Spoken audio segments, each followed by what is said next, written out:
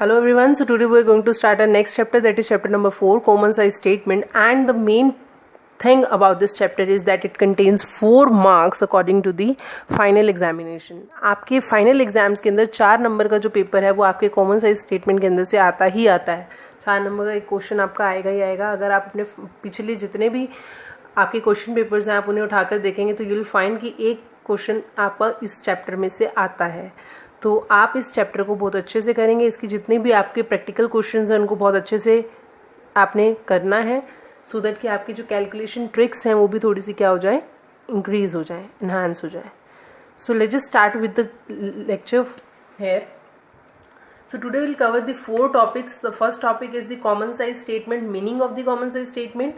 Second is the purpose utility of the common size statement. Third is common size balance sheet, and the fourth one is the purpose and utility of the common size balance sheet.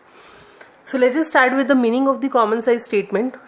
Common size statement are those in which the individual figures are converted into the percentage to some common base. आप common size statement जो बनाते हैं उसके अंदर आप क्या करते हैं कि आप एक individual figure को convert करते हैं in the percentage form, और उसको convert करने के लिए पहले आप क्या करते थे कि absolute change divided by the previous year data into 100 करते थे in the comparative statement. But here in the common size statement आपको क्या करना है, common base सिलेक्ट करना है.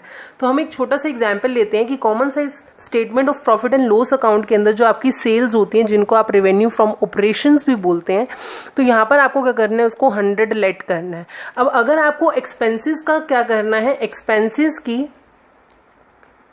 परसेंटेज को कैलकुलेट करना है, तो आप क्या करेंगे, expenses divided by sales into 100.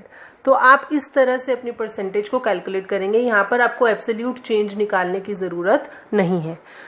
अब आगे बात करते हैं कॉमन साइज स्टेटमेंट की. कॉमन साइज स्टेटमेंट जो है वो 2 पार्ट्स में डिवाइड है. जिस तरह से आपका कंपैरेटिव स्टेटमेंट भी 2 पार्ट्स में डिवाइड था, तो आपका कॉमन साइज स्टेटमेंट भी यहाँ पर 2 पार्ट्स में डिवाइडेड है, common size balance sheet and the common size statement of profit and loss account.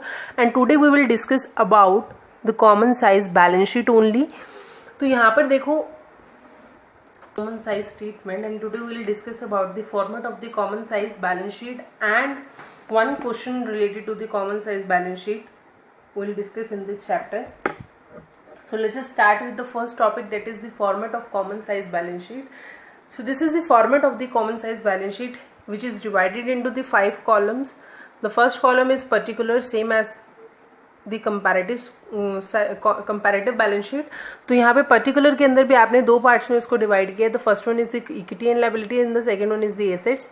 वही सेम आपको क्या करना है, उसको डिवाइड करना है in the share holders fund, non current assets, current liabilities, और एसेट्स को आपको डिवाइड करना है in the non current assets and current assets. वही सारी की सारी आइटम्स आपको रिफिल करनी है जो आपने अपनी कंपैरेटिव बैलेंस शीट के अंदर सीखी थी.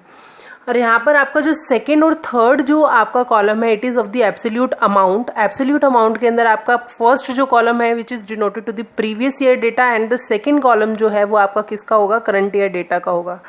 और आपका फोर्थ और फिफ्थ कॉलम जो है वो आपका परसेंटेज चेंज का होगा, जिसमें फर्स्ट कॉलम जो मतलब कि जो फोर्थ कॉलम है वो आपका किसको डिनोट होगा, percentage change of the previous year and the percentage change of the current year.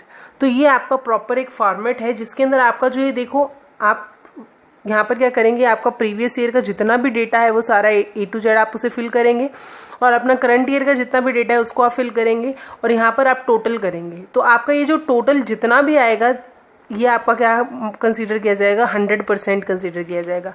Total of the equity and liabilities and the total of the assets will be considered as 100% in both the cases. और इसी के according ही आपको क्या करना है, इन सभी items की percentage को कैलकुलेट करना है. So let's just start with the next topic, that is the practical question related to this chapter, common size balance sheet. So this is the practical question related to the common size balance sheet.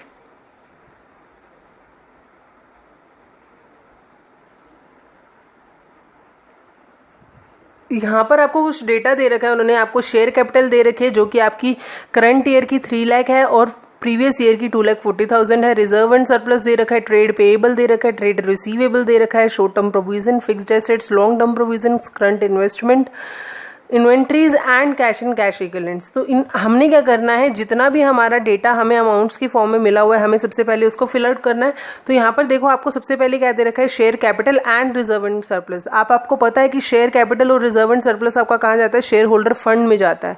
तो हम उसकी जितना भी amount है हम उसको fill कर देंगे। 2,40,000 for share capital for the previous year, 2,40,000 and 3 lakh for the current year. Reserve and surplus 70,000 for the previous year and 80,000 for the current year. तो 70,000 हम previous year की फिल कर देंगे और 80,000 हम किसकी फिल कर देंगे, current year की। अब नॉन करंट लाइबिलिटीज में यू नो दैट कि लॉन्ग टर्म प्रोविजन और लॉन्ग टर्म बोरिंग्स आती हैं। लॉन्ग टर्म बोरिंग्स हमें दे नहीं रखी हैं, हमें क्या दे रखे हैं, लॉन्ग टर्म प्रोविजन दे रखे हैं। तो यहाँ पर आपका लॉन्ग टर्म प्रोविजन आप क्या कर देंगे, ऐड कर देंगे। तो आपका 65,000 जो है वो आपका क्या है, प्रीवियस ईयर का डेटा है